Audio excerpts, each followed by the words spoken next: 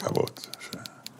I estic content que el poble em considera un cabut en la llengua com sou cabut en altres coses.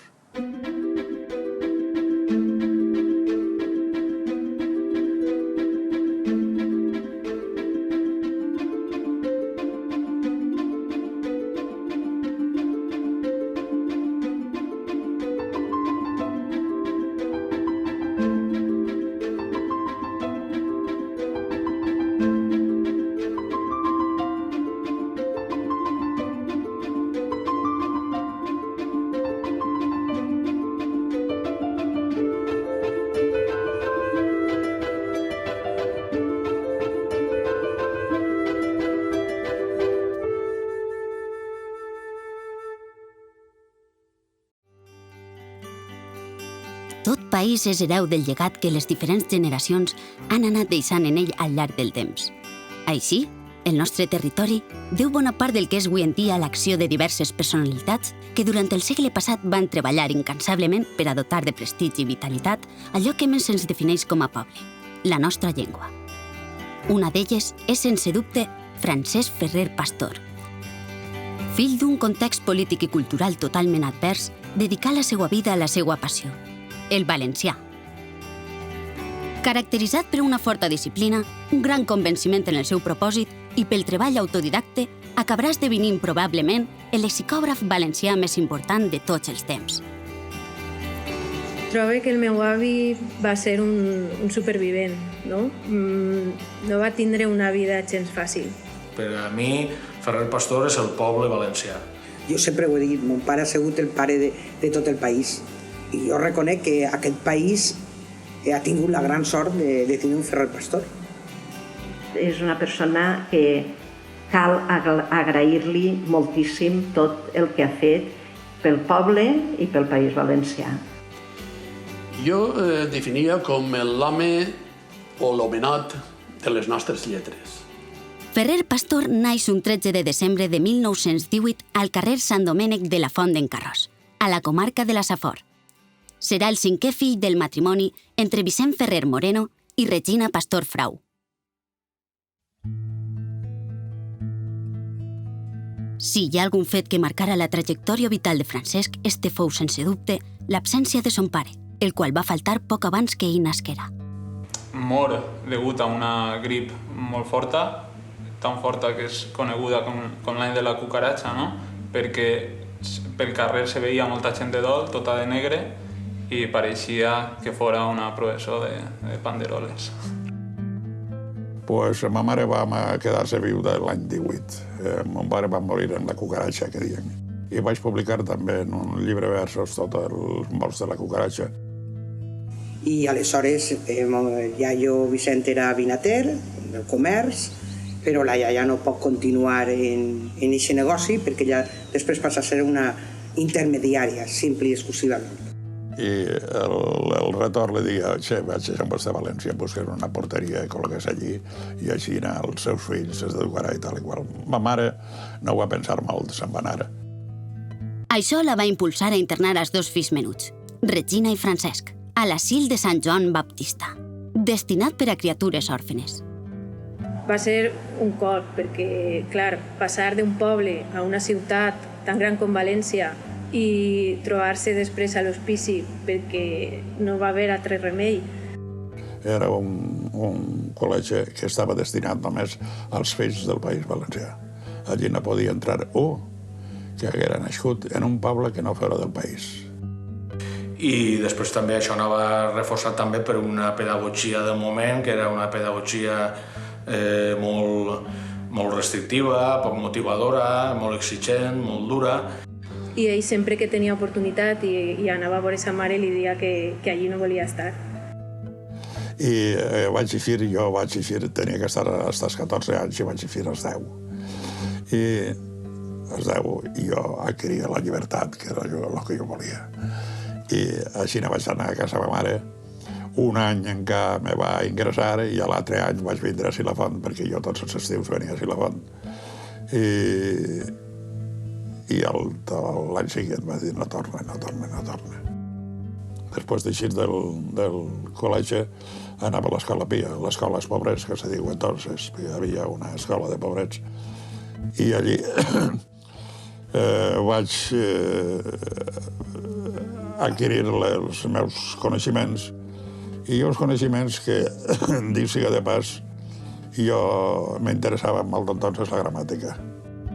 I després ja va ser autodidacta pràcticament, perquè als 11 anys ja entrava en el món de les arts gràfiques, i ahí és on ell va coneixent també les paraules. Clar, en 11 anys era l'aprenent d'aquella època, però ell no només feia d'aprenent, sinó que rebuscava, mirava, llegia els articles que li feien, i això, clar, ahí està el punt de partida que ell siga un autodidacta tota la seva vida.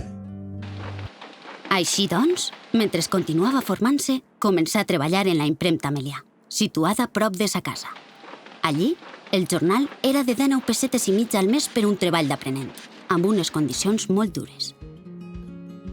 Entrar a treballar pràcticament en 11 anys. Primer treballar en una cristal·leria i després pràcticament als 11 anys, com tenia ja alguns estudis en l'Escola de Belles Arts, dibuixava molt bé, tenia habilitats artístiques, entraven a impremta Melià i quan acabava la jornada laboral, els aprenents tenien que recollir el taller i fins i tot, diu en la biografia de Ferrer Pastor, escrita per la tia Vicenta, fins i tot les feines més impures, que encara que literàriament no ho diu, era recollir i netejar l'escopidera. I ja en el taller jo corregia coses, feia parar la màquina, perquè entonces la màquina, si havia que corregir-la, havia que parar-la, cridava al que era encarregat, que era el que corregia, i he eixit una errata. Bueno, l'home la corregia. I l'home feia algun dia te farem a tu correctora. Però, vamos, no arribia a ser corrector mai d'allí, perquè vaig tindre una errata, no era errata, però és que Federico García Sanchís, que donava unes conferències, a Sanchís jo deia, home, no és Sanchís, és Sanchís. I vaig dir que corregia. Se enfadava de quina manera. No, senyor, los apellidos no tenen regla. Bueno, i efectivament la va corregir. Però passat el temps ja entri en les províncies i vaig veure en un reportatge que publicava Federico García Sanchís, deia que ell era Sanchís, que sa mare li deien Sanchís, però ell, per espanyolear, s'havia posat Sanchís. Eren temps convulsos, on les reformes profundes que pretenia introduir la Segona República foren contestades per actors poderosos com l'Església, l'Exèrcit o els terratinents. Esta agitació es traslladà a tots els sectors de la societat, sent un d'ells la impremta Melià. Allí, un company faltà a la família de Francesc, molt propera a l'Església. La picabaralla posterior entre els dos provocà que els acomiadaren del treball. I un dia, un socialista que morí, es va parlar mal de la meva família i jo vaig dir a mi, la meva família ningú me la toca, saps? I es dir, ara m'abafetàs i l'ama mos tirà els dos al carrer. 10 de juliol de 1936. A la guarnició de Melilla té lloc un alçament militar contra el govern republicà del Front Popular que l'endemà s'estendria per tot l'estat. La reacció popular en contra de la sublevació va fer que esta fracassara, donant peu a 3 anys de guerra civil. Ferrer Pastor va començar a patir els seus efectes quan el mateix juliol el seu germà, que havia estudiat al seminari, fou arrestat. Total, que el meu germà el tancaren. Vaig anar a veure-lo i me va dir, mirant, tu saps qui estàs? Sí, estàs tu. A mi m'han agarrat per tu. M'ha agarrat el de Vis, un companyero de treball, i això és la meva desgràcia. Efectivament, vaig anar a casa i eixa nit li diuen a ma mare que fugira jo perquè anaven eixa nit a per mi. Vaig vindre a la font, seria el 22 o 23 de juliol, i em vaig refugiar, que ara sí, a casa ma abuela encara vivia, encara existís la casa d'ella, i allí vaig estar 8 mesos. Hasta que vingueren 5 mesos i demanaren la mili, vaig anar des de València i m'enviaren a una entitat que es deia, no sé, 173 Guadalajara, brigada mixta, tal i qual. Tot seguit serà conduït al front. on viurà la contesa en carn pròpia. I anía a parar al poble on naix Goya, Fuentetodos. I d'allí passi al front, que estava a 1 metro de Fuentetodos. I allí vaig estar. No prengui part en ninguna guerra, només l'últim dia en què va atacar la Legió. Ens atacà a nosaltres i no em mataren perquè Déu no va voler. En el transcurs de la guerra, serà capturat per l'exèrcit franquista i tancat en un camp de presoners de Logroño. I què estaven, en barracons o...? No, jo estava en la plaça Bous de Logroño. Ah, estan tots dins la plaça de Bous. I allí s'organitzava la vida en tendes de campanya i això? No, dins de la plaça Bous, allí s'agitàvem. I no tenia més remei. I això vaig aprofitar jo les 10 pessetes que me donava a mi un legionario, me donava un legionario perquè jo li dia que duia uns bitllets de 5 duros que eren vells, però no aprofitava. Diu, això t'aprofitarà. I això compré uns sellos i ja comencia a escriure cartes a una i altra. I no m'he contestat ningú, només m'he contestat una que estava en Sevilla. Dic, jo no sóc la que vostè el pregunta, està en Astorga. Envio una carta a Astorga i efectivament la dona me va enviar una carta dient que enseguida m'enviava els avals, que d'ací uns dies arribarien. Jo vaig anar al capital i vaig dir, mire, la carta que tinc, a veure, no pot ser, no puede ser. Però, en fi, jo haré lo possible, total que al dia següent em va treure. Aconsegueix eixir per bona conducta i per recomanacions també de les monges de l'Asil Romero, on estigué en l'hospici del Sant Joan Baptista, i en alguna recomanació trauen altres companys i al final també pot eixir ell. Vaig treure i anar a Burriana, a Burgos, i allí, que era la caixa de reclutes, era un paisà meu que era de Burriana. Ja s'acaba de guerra per tu, ja t'envia intendència. Dic, no. I me digué que s'havia format una bandera valenciana. Em vaig anar a parar. Jo dic, una bandera valenciana, doncs en ells me'n vaig. Una vegada l'alliberaren, va iniciar un viatge per diferents poblacions que acabaria portant-lo fins a Vinaròs, on es retrobaria amb el seu germà. Doncs es pregunti com és natural per meu germà, que estava allí. Va dir, mira, allà està, en la cola ranxo, a prendre el ranxo. I jo dic, o sigui que és el meu germà, li toqui per l'esquena, l'home m'abraçà, es tira a plorar. Ai, que serà nosaltres, que serà nosaltres. Que, clar, la immediata era que si ho agarràvem prisioner, pues a la família algo li passava. Dic, pues, que sigui el que vulgui, el cas és que nosaltres estem així. I allí vaig passar tot el temps de la guerra. No obstant això, el desencís no tardaria a arribar. L'actitud despectiva cap al valencià que mostraven els soldats en el mateix front farà emergir la seva consciència lingüística. Això me toca a mi un poc el tendre. El meu poble que diuen habla usted cristiano, habla usted cristiano. Aquells com estan parlant? Estan parlant en valencià. No és una altra cosa que ells no l'entenen, doncs jo sí que l'entenc. Gràcies a això ell va coincidir amb gent que no era de la seva comarca o no tenia el mateix accent o la mateixa enciclopèdia lingüística, i ell va començar a recollir els mots que desconeixia. I a partir d'ahí és l'impuls, sempre ens ha dit ell, de fer que allà on ell anava es parlara la seva llengua. A partir d'aquest moment, començarà a recollir paraules i a confeccionar fitxes amb elles, les quals seran un recurs indispensable en la seva futura manera de treballar. Després ho vaig anar a Zona Nacional i entonces jo era franquista i vaig anar a Zona Nacional i quan arribi allí me dono compte que havien fet el mateix que sí. Agarrar gent i fusilar-la. I a ells no els ha passat res. I a estos els ha passat. O sigui que el que ha perdut li ha passat i el que ha guanyat no li ha passat res. El triomf del bàndol feixista posaria fi a la Guerra Civil i donaria pas a 40 anys de dictadura franquista. El valencià no restaria al marge del nou escenari polític, ja que patí una clara persecució en tots els àmbits, quedant únicament relegat a allò merament folclòric. A l'inici de la dècada dels 40 i després del parèntesi de la Guerra Civil, Ferrer Pastor iniciarà la seva relació laboral amb la premsa escrita.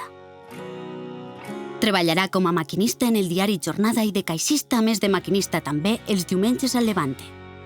Allí, un desafortunat esdeveniment marcaria el seu futur professional. Me posa a treballar en el diari València. Jo no entria a treballar en l'ambient que treballava. Ania al diari València, que entonces se dia primerament era Avance, ara es diuen Levante. Me presenté allí al director, que Ignacio Galán, i li vaig dir que jo necessitava treballar, que jo havia acabat la guerra i jo estava servint, i un dia 4 me llicenciarien. I el director aquell se va apiadar i va dir: no es preocupe, que jo li donaré a vostra feina. Aleshores entra en jornada com a maquinista i estan les màquines en jornada. I durant la setmana treballava en jornada i el cap de setmana treballava en Levante. En un accident en el periòdic se li xafa la rotativa a la mà esquerra, perquè en el moment que la posen en marxa o no sent l'alarma, el timbre d'inici de marxa, o la mou en un moment que ell li enganxa la mà esquerra. I me dugueren, no havia taxis ni coses d'aixes, me dugueren un carrer de mà, no sé si recordeu dels carrers de mà, uns carrers que xicotets, i me dugueren un carrer de mà a la Casa Socorro, i vaig anar a la Casa Socorro, vaig s'empetellaren la mà, el metge va dir que no ho sabia, m'enviava a l'hospital, m'enviaren a l'hospital i al dia següent me tallaren la mà. Va ser un cop, podeu imaginar, molt fort, tant a nivell personal, perquè podia tindre algunes conseqüències. Ell tenia el seu càrrec dels fills, havia de treballar molt, i a la mateixa hora podia suposar la pèrdua de la seva feina. Aleshores no pot continuar de maquinista i el posen d'atenedor, que això la gent no ho coneixen avui dia ja el que és un atenedor. I era el cantar les galeres, que el que va a imprimir, a veure si realment és correcte allò que estan dient i que estan escrivint. Finalment, en les províncies, uns anys més tard, desenvoluparà plenament la tasca de corrector i publicarà els seus primers articles en valencià en Guión, una revista que editava el propi diari. I un dia m'agarra l'amo a les províncies i diu: bueno, també s'ha treballat de corrector així. El donarem 20 duros més a la setmana. 20 duros eren molts duros. Tot i viure a València, mai no va perdre el contacte amb la Font d'en Carròs, la seva localitat natal. Prova d'això és que en una estada allí va conèixer a Vicenta Escrivà Peiró, amb qui es casaria a l'octubre de 1945 i acabaria tenint els seus 4 fills. Així doncs, tant per inquietud personal com per exigències professionals, pas a pas anava endinsant-se en el coneixement de la gramàtica. En este camp, un dels primers personatges que l'influïa bastament fou el gramàtic i religiós Lluís Fullana i Mira, conegut popularment com el pare Fullana. Del pare Fullana jo crec que rep que era un autodidacta, el pare Fullana també, però a més jo crec que inclòs per alguna conversa que ha tingut en el pare era que acceptava molts castellanismes el pare Fullana i a ell això no li agradava. Entonces, el va impulsar a que investigara més de veure quina era l'arrel correcta i el per què aquesta paraula era correcta o era incorrecta. I res, jo tenia la il·lusió d'ell de que ell era el que jo tenia que seguir. Però en això se van iniciar els cursos en el Ratpenat. Els inicis del franquisme van configurar un temps on les dificultats per aproximar-se a tot allò referent a la cultura i llengua valencianes eren màximes. Tot i això, hi havia algunes escletxes que mantenien viva una certa esperança. Una d'elles era l'Associació Cultural Lo Ratpenat, fundada en 1878 per Constantí Llombart. En 1948, la recent presidència de Manuel González Martí i l'entrada en la junta directiva del gramàtic Carles Salvador va provocar que l'any següent s'organitzaren uns cursos de valencià per als treballadors del diari Levante, impartits pel mateix Carles Salvador, Josep Giner i Enric Valor. els convocà primerament Giner, Carles Salvador no tenia res que veure, i Giner donava les classes, en el 48 les donava Valor, i en el 49 les donava Carles Salvador. I ell va veure que jo sabia molt de gramàtica i me proposava a mi l'any següent fer jo de corrector, de mestre.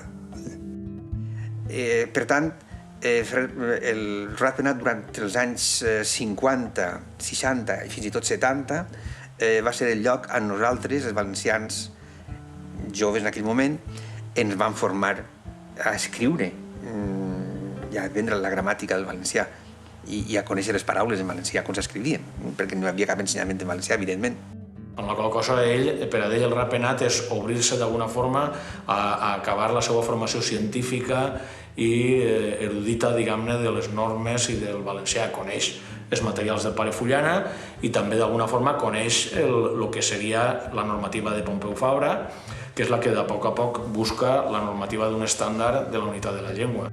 Jo crec que, en definitiva, que la seva col·laboració en el Ratpenat és una mostra de l'arrelament social, del compromís social, de treballar per a fer créixer el valencianisme.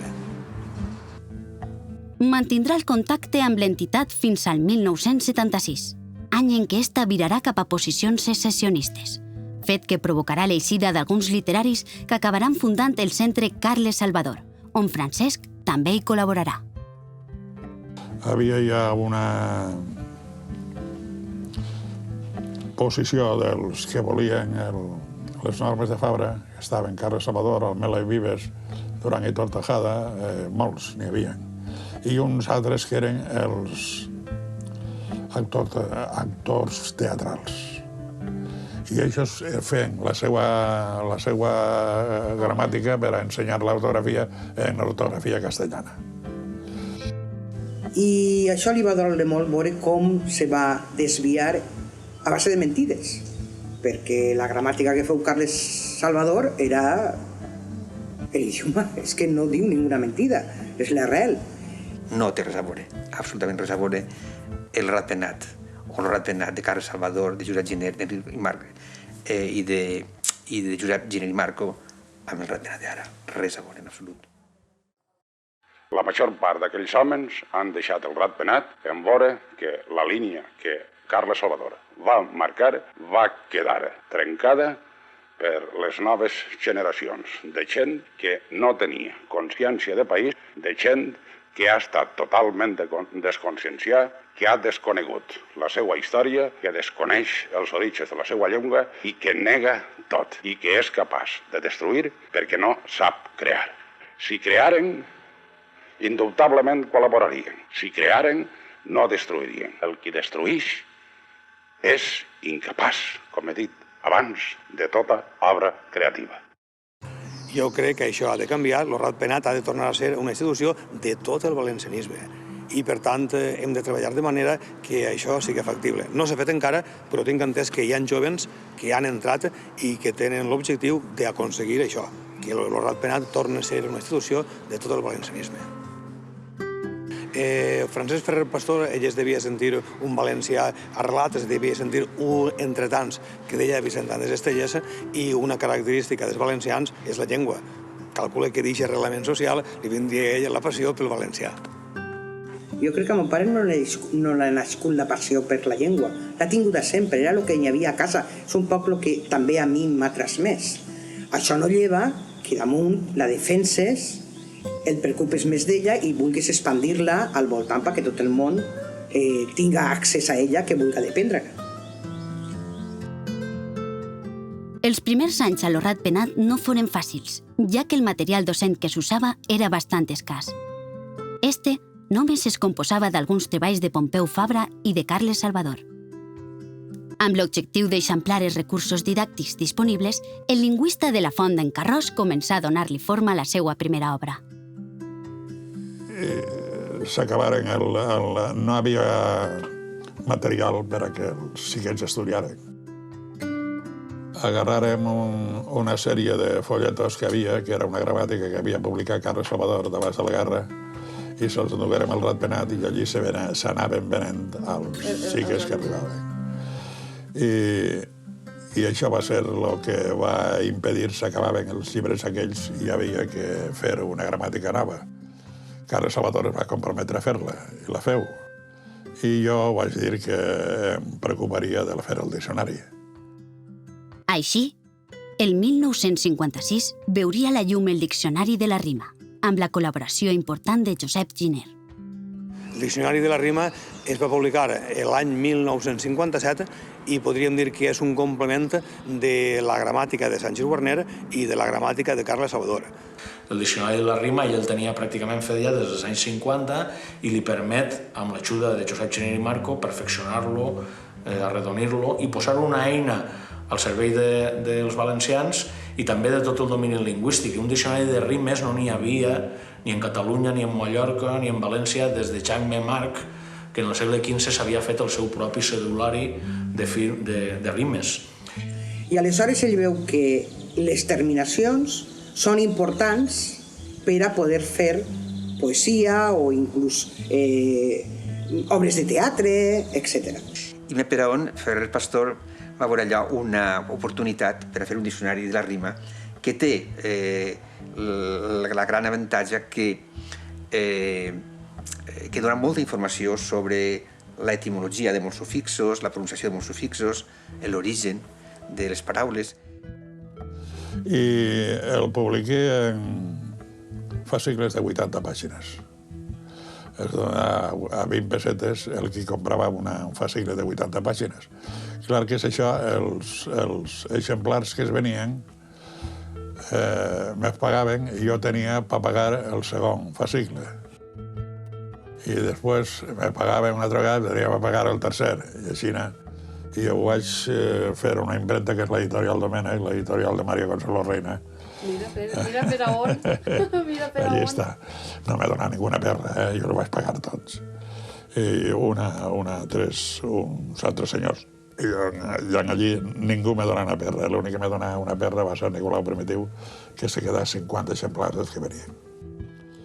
I això va durar de l'any 49 al 56, crec que va així.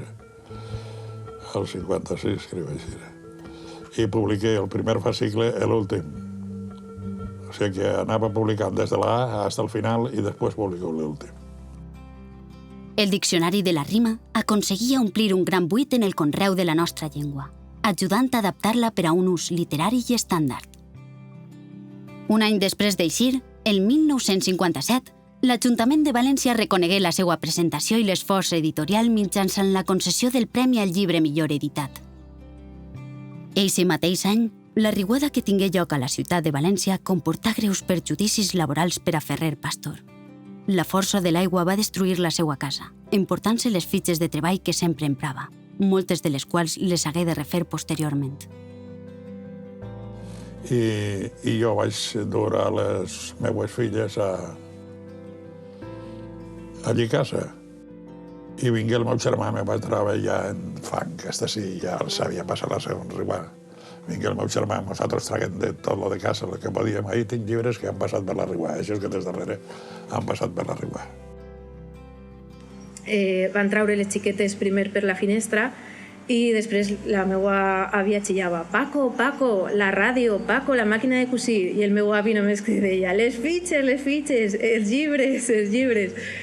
La riuada, que és el desbordament del 57, va significar que ella es queda sense casa, sense fitxes, sense biblioteca i una família que hi ha que anar a viure i a dormir en algun lloc. A més, això cal sumar les fatídiques conseqüències personals que la catàstrofe natural li ocasionà, ja que la seva dona va emmalaltir greument a causa d'ella, fet pel qual moriria 3 anys després, deixant-lo amb els 4 fills a càrrec seu. A partir de la dècada dels 60, publicaria tant el vocabulari valencià-castellà com el castellà-valencià, fruit d'una voluntat permanent per a oferir recursos que pogueren emprar tots aquells interessats en ampliar els coneixements sobre la seva llengua. La seva dona, Vicenta, el va ajudar sobretot amb la fonètica. El diccionari o vocabulari valencià-castellà, o castellà-valencià, no recordo exactament si era doble, és el llibre més venut per Ferrer Pastor, i és el primer llibre que jo també he consultat en valencià, en la vida, no? El vocabulari valencià-castellà, castellà-valencià, és una fita important. Per a mi n'hi ha un abans i un després. Aquella obra era una obra que era necessària perquè els valencians hem estat alfabetitzats en castellà i, en conseqüència, una obra d'aquestes característiques és una obra que impulsa a focalitzar el valencià i a començar a tindre confiança en la teva forma de parlar. I per a mi era una mena de bíblia, el vocabulari, i ho dic respecte de mi, però que seria extensiu a la immensa majoria dels escriptors. I, per tant, per a mi és un llibre que m'estime moltíssim, perquè és una manera que vaig tindre de retrobar-me en la mateixa llengua. I jo, quan era xiquet, no era conscient que el valencià existira com a llengua. Des del moment que la vaig veure escrita, des del moment que vaig veure que hi havia un vocabulari que recollia les paraules, vaig dir, ai, això és que jo també tinc una llengua, no és que jo parli una cosa indefinida, no? Ma mare, Vicenta Escrivà Peiró, fou una peça importantíssima en l'elaboració, sobretot, del diccionari, primer en la forma de vocabulari, lògicament, després mon pare ja el passà a diccionari, i perquè ella, inclús fonèticament, mon pare havia agafat ja un poc l'apitxat valencià. La mare conservava l'idioma de la font, per tant molt més pur, no estava contaminat de castellanismes. I el pare ahir s'ajudava molt en la mare de com era eixa fonètica. A veure com dius, a veure com... Esta obra va abastar un ressò desconegut fins avui en dia, arribant a vendre 250.000 exemplars durant les 2 dècades següents i esdevenint l'eina de consulta lexicogràfica de referència en totes les llars valencianes. L'any 1962, Francesc va trencar definitivament els lligams professionals amb els diaris per a fundar juntament amb la seva segona dona la impremta Fermar. Allí compaginava els encàrrecs comercials amb la publicació de les seues pròpies obres. Al mateix temps, atenia tot aquell que volia publicar en valencià, cosa que li costà algun que altre mal de cap amb les autoritats del moment. Després de treballar a diferents impremtes i diaris, quan es va casar amb la seva segona dona, va obrir el negoci, la impremta Fermar, a l'Avinguda Sant Josep de la Muntanya de València, amb l'ajuda econòmica de la seva dona i el seu cunyat. Bé, va ser una tasca heroica, ell no parava mai. Treballava, era una empresa d'ell i treballava més del temps normal, de les 8 hores de jornada de treball, no? Igual estava corregint, que si fallava un maquinista estava a la màquina, a la guillotina, i era al·lucinant veure-lo treballar perquè era molt versàtil, inclús. Jo recordo veure-lo col·leccionar i amb una sola mà agarrava una velocitat que cap dels treballadors eren moltes vegades capaços de fer. La seva impremta era la que produïa els llibres que van arribar a més nombre de valencians en temps de franquisme.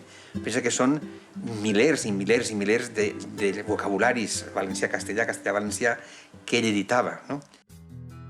A partir de 1982, any en què es jubilà, esta impremta passarà a anomenar-se Grafissom. L'obra culminant en la trajectòria de Ferrer Pastor podem dir que fou el Diccionari General, publicat l'any 1985. Per a elaborar-lo, va fer servir paraules ja recollides en les seues publicacions anteriors. A més, va donar prioritat a les variants formals més properes als parlars valencians, rescatant així el nostre lèxic més tradicional i integrant-lo a la resta del vocabulari normatiu.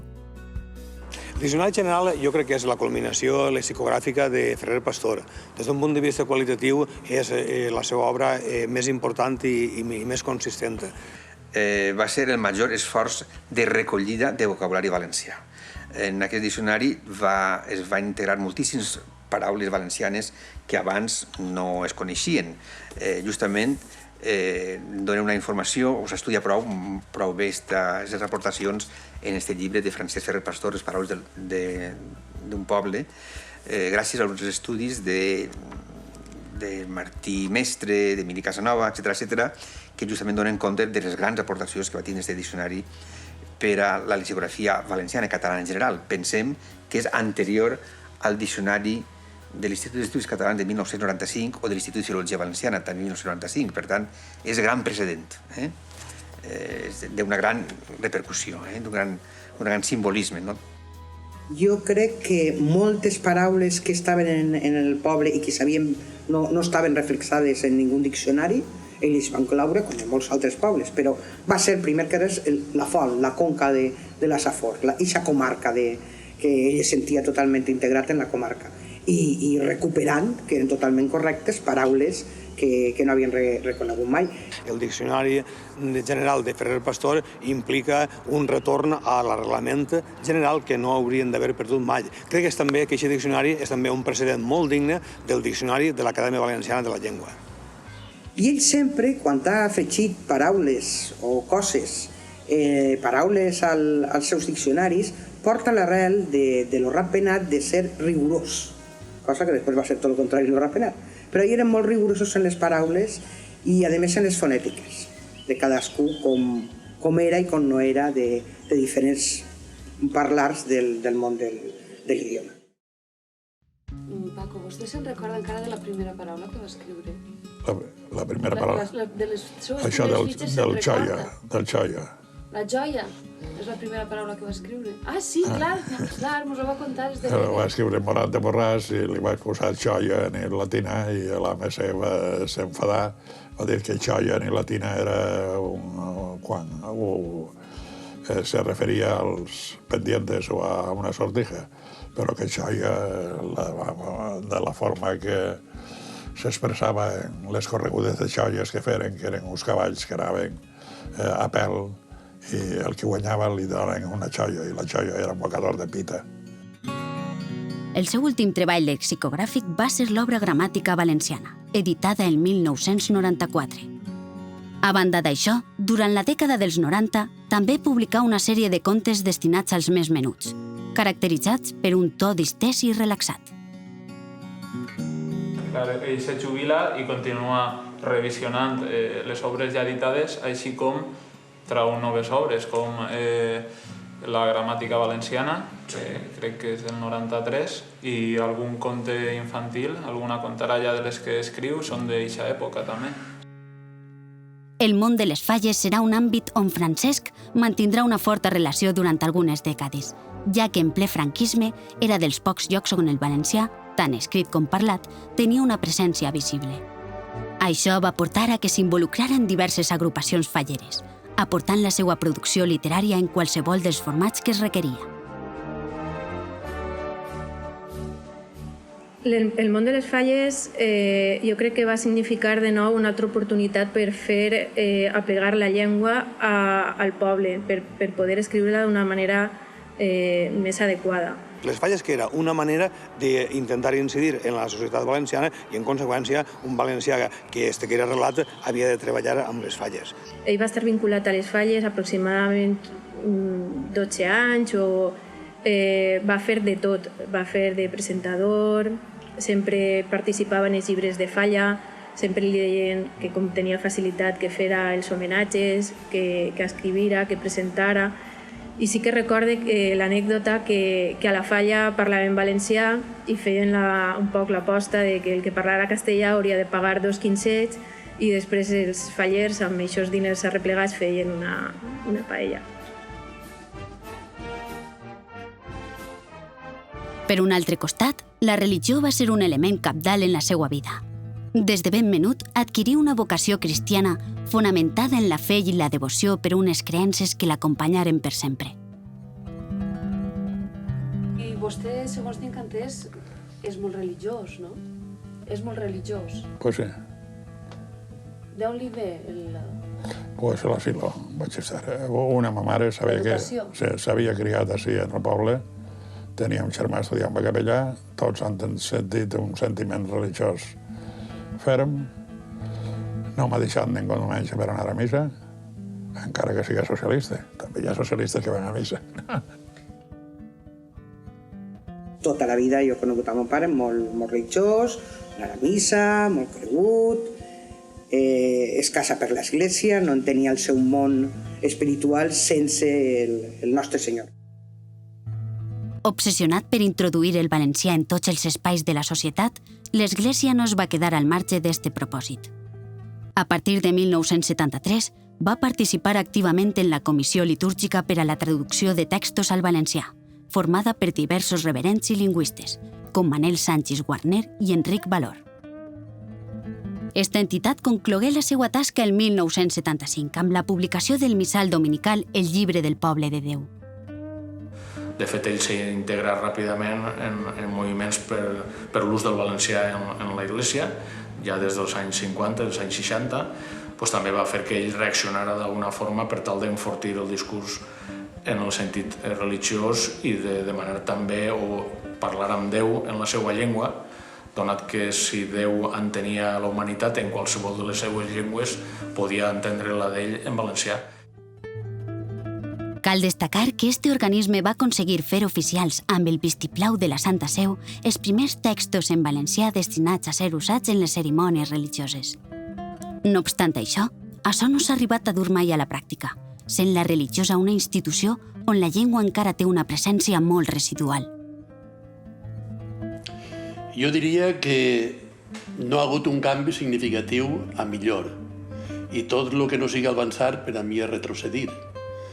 L'argumentari de l'Església, almenys dels arquebisbes que hem tingut, ha sigut que calia aprovar uns textos litúrgics, però sempre i quan se posaren d'acord els polítics sobre la normativa, ja que hi havia, i hi ha encara, una certa discrepància malgrat l'Acadèmia Valenciana de la Llengua i Ambigua. Però bueno, els polítics sí que s'han posat d'acord. Diria que n'hi ha un consens sobre l'òrgan normatiu que és l'Acadèmia Valenciana de la Llengua. I no obstant això, continuem exactament igual. A mitjans segle XX, el valencianisme començava a organitzar-se tímidament mitjançant el que es coneixia com a tertúlies. Estes eren reunions on s'acudia per tal de parlar de qüestions relacionades amb la cultura o la llengua fonamentalment. Algunes d'elles acabarien sent l'origen de posteriors organitzacions de caràcter polític. Serà anys més tard, amb l'adveniment de la democràcia, quan decidí participar en el Partit Nacionalista del País Valencià, formació comandada per Francesc de Paula Burguera, al qual contribuïa a fundar. I Paco, des del primer moment, es va implicar. Tant és així que jo vaig ser el primer president del partit i ell formava part de l'executiva. Arribaren les eleccions generals i Paco Burguera encapçalava la candidatura del PNBB al Congrés de Diputats, jo anava de número 2 i Paco Ferrer formava part d'aquesta candidatura. En aquest moment, el Partit Nacionalista va voler presentar-se a les eleccions i va voler presentar-se a tots. I em vaig presentar jo com a alcalde. Tinc encara les coses que vaig fer, tal i qual. I crec que haguera sigut un bon alcalde. Obtenen, crec que eren poc més de 7.000 vots, la qual cosa en aquell moment era una cosa important i si més no, continuen treballant per aquest projecte que els agradava, no? Ho dic perquè de vegades he sentit allò de que Paco políticament no se va implicar. Home, si un home que forma part d'unes llistes del Congrés i que és candidat cap de llista a l'alcaldia de València, res més, doncs sí que està implicat. Evidentment que estava implicat. A banda de la implicació política, també va intervindre en multitud d'afers dirigits a promocionar tant la llengua com la cultura valencianes. En 1975, la mort del dictador Francisco Franco suposava el toc de gràcia a un règim que començava a agonitzar. Lentament s'albirava el canvi polític que tant de temps s'havia endarrerit. A nivell valencià, la transició cap a la democràcia va estar marcada per la Batalla de València, el conflicte identitari que enfrontà la societat al voltant dels seus símbols, sent el relat sobre la llengua un dels principals factors en disputa. És una conseqüència de lo que s'ha passat després de Franco, en què tot el món volia fer política en les coses que passaven i fer política també en la llengua. I els que han fet política en la llengua ha sigut només el País Valencià. Ni els bascos han fet política en la llengua, ni els catalans tampoc han fet política de la llengua, ni els andalusos fan política en la llengua. Este procés es caracteritzà per la virulència amb què el moviment regionalista de caire anticatalanista i conservador conegut com a blaverisme es dirigia a tot allò relacionat amb el nacionalisme valencià, arribant moltes voltes a la violència física contra els seus representants. La batalla de València va significar molt, en un període molt complicat del país, molt difícil, on ell va rebre moltes amenaces també, igual que Joan Fuster o Sanchís, etc. A la porta del seu taller se trencaven i se cremaven vocabularis. En la premsa apareix la polèmica que en el seu moment també va fer que la violència s'excel·lira a posar-li bombes a Sanchís Guarner o a Joan Fuster o en la mateixa universitat. Foren anys molt dolents en aquest sentit, molt crítics, a més, i on qualsevol paraula podia ser malinterpretada. En fi, era complicat, però ell això no li va fer en absolut dir, pues jo, mira, m'aparte, m'amague, en aquestes coses ell era molt... Bueno, és que ho tenia molt clar, ho tenia molt ferm, entonces no anaven a assustar-li aquestes maneres que les veia irraonables i desgavellades. Allò va ser un error profund. Aquella divisió entre el valencianisme és un error a evitar i això només ha portat efectes negatius. Per tant, ell, igual que jo, igual que molts altres, davant d'això que vàrem ser molt impotents perquè no podem evitar-ho. I la qüestió és aprendre del passat per a no tornar a reproduir això en el futur i evitar-ho. És que la política, hi ha que entendre una cosa, la política és l'art de regir els pobles. Regir-los, que vagin bé. No el fet de posar-se en les coses científiques. Una de les primeres fites del nou escenari polític la protagonitzà la Font d'en Carròs, al ser el primer municipi valencià en recuperar la seva toponomia històrica en detriment de Fuentecarroz.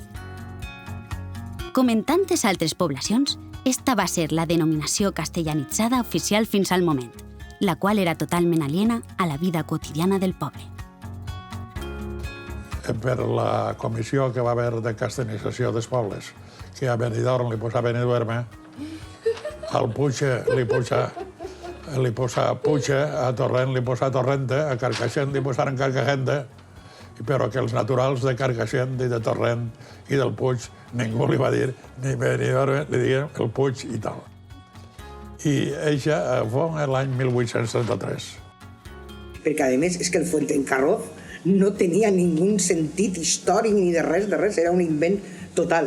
I teníem la figura de Carròs, Francesc Carròs, que era el fundador i ho va totalment posant en història i el per què calia dir la Font d'en Carròs. La tenacitat de l'Associació Cultural Carròs i l'impuls de l'alcalde d'aleshores, Jesús Puig, van fer possible que s'iniciara un llarg camí que acabaria donant els seus fruits. Li vaig dir a l'alcalde, que era Jesús Puig, ja està bé que digueu malament això de la Font d'en Carròs, que deu de ser la Fuent d'en Carròs, que deu de ser la Font d'en Carròs. Diu, bueno, fes una instància. Jo vaig fer la instància, la vaig firmar, i la instància se va perdre. Després en torné a una altra, i entonces ja tingué eficàcia. El paper de mon pare, de Francesc Ferrer, va ser fonamental. Ell és el primer que només tenim la llei on permet aquest Real Decret que els pobles poden tindre el seu nom. L'alcalde de la Font fa l'informe rigorós i a més amb molta cura per a que aquest Real Decret s'ajustara i no pogueren en ningú moment negar-lo, perquè en aquella època no se tenia molt clar que això anava a ser veritat o era simplement quedar bonico i després tot denegar-ho. Després de presentar-se la instància i de ser aprovada pel plenari de l'Ajuntament, Ferrer Pastor contribuïa a fer efectiu el procés, redactant el 1977 l'informe lingüístic en què es basaria l'expedient de tramitació. Al remat, a finals d'aquest mateix any, la normalització del nom del poble va poder fer-se realitat. La presenta el 23 d'abril del 77, i aquest dia el consistori ho aprova per unanimitat, i jo li dic, doncs ara tens faena, perquè tu m'has de fer un informe en el qual digues que no és un capritxo de l'alcalde, perquè clar, n'hi havia una certa discussió en aquell moment sobre si era Carròs acabat en S o carrossa acabada en ser trencada. I per tant va fer un estudi molt científic i no ho pogué negar. I va ser el primer poble de tot el País Valencià que va tindre la seva nomenclatura en valencià. El poble era el Rebollet i el castell era el Rebollet. I allí estava el poble, on hi ha encara un pou on se sortia el poble d'Àvia. I allí estaven les cases. I allò era el Rebollet que es va conquerir Jaume I. No existia la font, només existia el refalí. I d'ahir vinga que el poble ja seria el segle XIV, li canvià el nom del Rebollet per el nom del poble, que va ser la font d'en Carròs, que era el que entonces corresponia, perquè era la font del senyor Carròs. De manera que Paco li encomanem l'informe, fa l'informe amb gran rapidesa, me'l porta i diu, bueno, doncs anem a saltar la següent valla, que era l'informe de la Diputació Provincial. I d'ahir ja ho vam remetre a la Real Acadèmia de la Història. La Real Acadèmia de la Història emet un tercer informe i això s'envia ja al Ministeri d'Administracions Públiques. Fins que el Consell de Ministres, que presidia Adolfo Suárez, el 23 de novembre del 77, ho aprova. Entre les demandes que ompliran l'agenda política d'aquest període, la introducció del valencià a l'escola, d'on havien estat proscrit durant l'etapa franquista, serà una de les més importants. Esta es veurà plasmada definitivament el 1983, amb la Llei d'Ús i Ensenyament del Valencià. Durant els anys anteriors, l'aprovació d'algunes normes legislatives, la implantació dels plans experimentals d'ensenyament i la tenacitat de gran part del professorat van facilitar les coses per a que aquest gran canvi poguera tindre lloc. Però cal dir que l'ensenyament del valencià i en valencià no comença en la LUEB. Anys anteriors havien hagut experiències importants. Eren el que se coneixia com els plans experimentals de valencià. I haig de dir, en aquest sentit, que en l'àmbit de la Safor foren pioners, particularment pobles com Almoines, Villalonga i també la Font. Amb molta controvèrsia en la Font, per cert. A la comarca, per exemple, teníem un col·lectiu de mestres, que es diu Col·lectiu de Mestres de la Safor, on n'hi havia un muntó de mestres de tota la comarca i ens dedicàvem a elaborar material de manera que quan vinguera la Llei d'Ús i Ensenyament i el decret amb els programes corresponents poguérem tindre material. Aleshores, clar, l'escola fins aleshores havia sigut tot en castellà. El plantejament era a veure de quina manera introduïem l'ensenyament en valencià a les escoles i que fora diferent a l'escola que nosaltres havíem viscut, que era una escola franquista. Al seu poble, Ferrer Pastor va intervindre activament en les gestions dirigides a fer possible la incorporació del valencià al col·legi d'allí. Com en altres llocs, això no va estar exempt d'entrebancs, ja que l'oposició de determinats sectors va fer que la normalització s'allargara més del compte. Ara, parlant del poble en concret, quan ja portàvem 2 anys d'ensenyament en valencià, nosaltres, en l'escola de la Font, es va presentar com un problema, perquè la veritat és que la qüestió de la llengua, sempre han aparegut fantasmes. Jo recordo quan era menuda que jo vaig començar a l'escola la línia en valencià, però sí que recordo companys que continuaven en les altres classes, que estudiaven en castellà. Però en el llarg dels temps tot es va normalitzar i al finalment es va unificar i van continuar l'estudi, van finalitzar l'estudi tots en línia en valencià. Un dels pares que ja havia començat, el fill ja havia començat l'ensenyament en valencià, planteja que eixe no era el model a seguir. I, a més,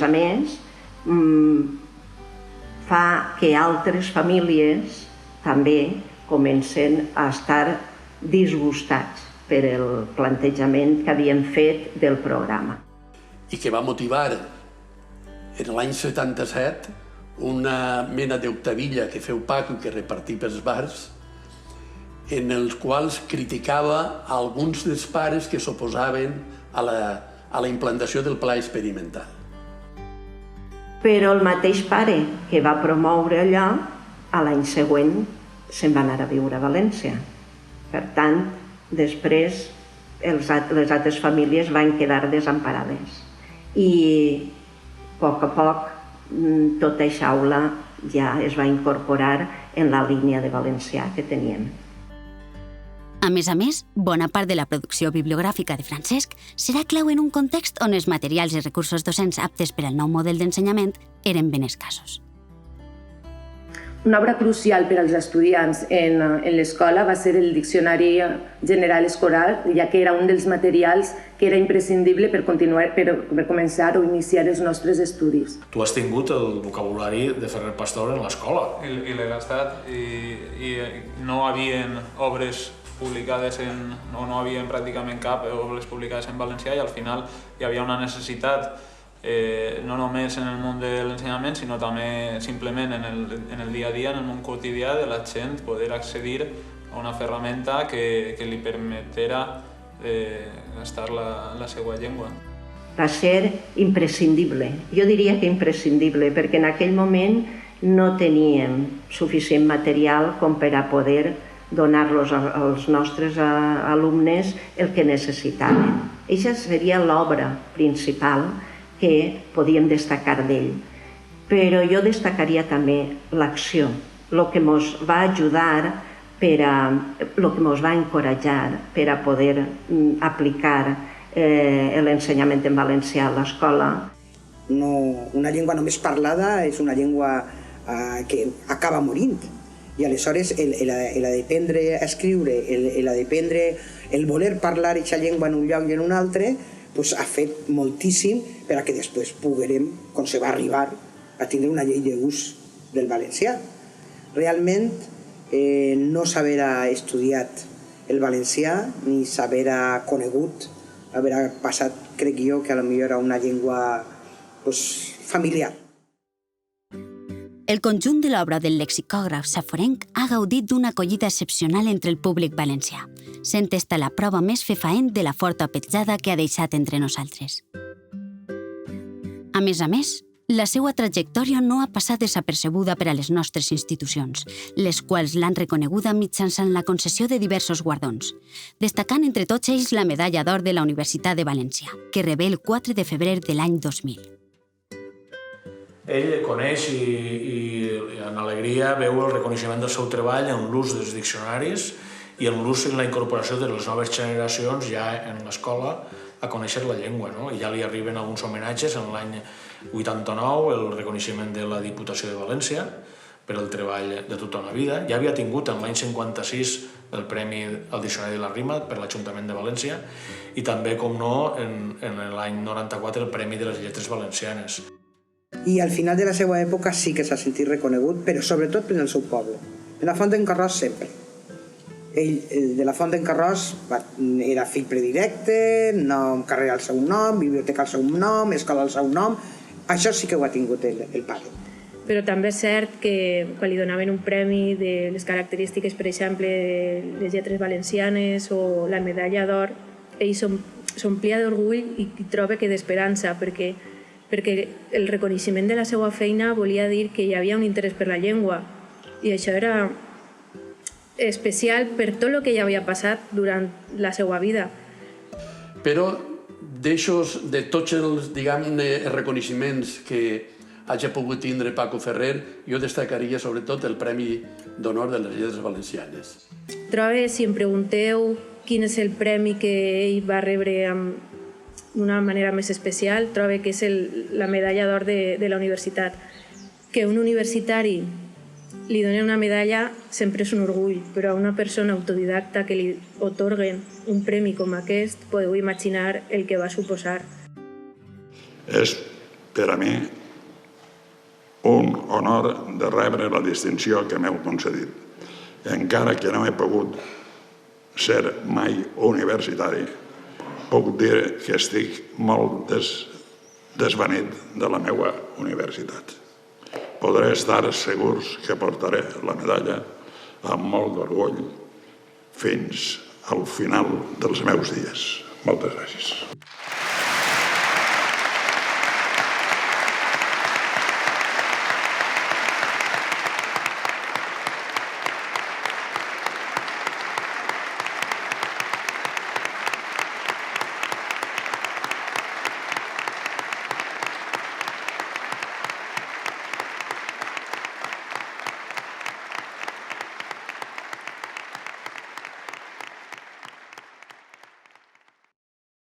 Ell ha tingut reconeixements en vida i crec que això cal remarcar-ho perquè el meu criteri sempre ha sigut que si hi ha que reconèixer-li a algú el positiu, les coses bones que ha fet, doncs hi ha que reconèixer-les en vida i no esperar a que siga noticiari d'esquela. Jo crec que tots els actes que fem de record i de reconeixença a Ferrer Pastor són més que merescuts. Crec que la seva tasca i la seva obra hauria de ser coneguda pels nostres alumnes. Crec que el nostre país mereix, millor dit, Ferrer Pastor mereix que el nostre país continuï reconeixent-lo. Crec que és un encert que hagin pensat que en el centenari del seu naixement puguem recordar tot el que va fer, tota la seva obra, i al voltant d'això viure en valencià, sobretot viure en valencià, que és el que ell pretenia. És un encert. I crec que el seu nom hauria d'estar més present en els carrers i en els noms dels centres educatius del nostre país. Ell va fer molt pel país i crec que nosaltres hauríem de ser generosos i hauríem de ser agraïts a la seva tasca.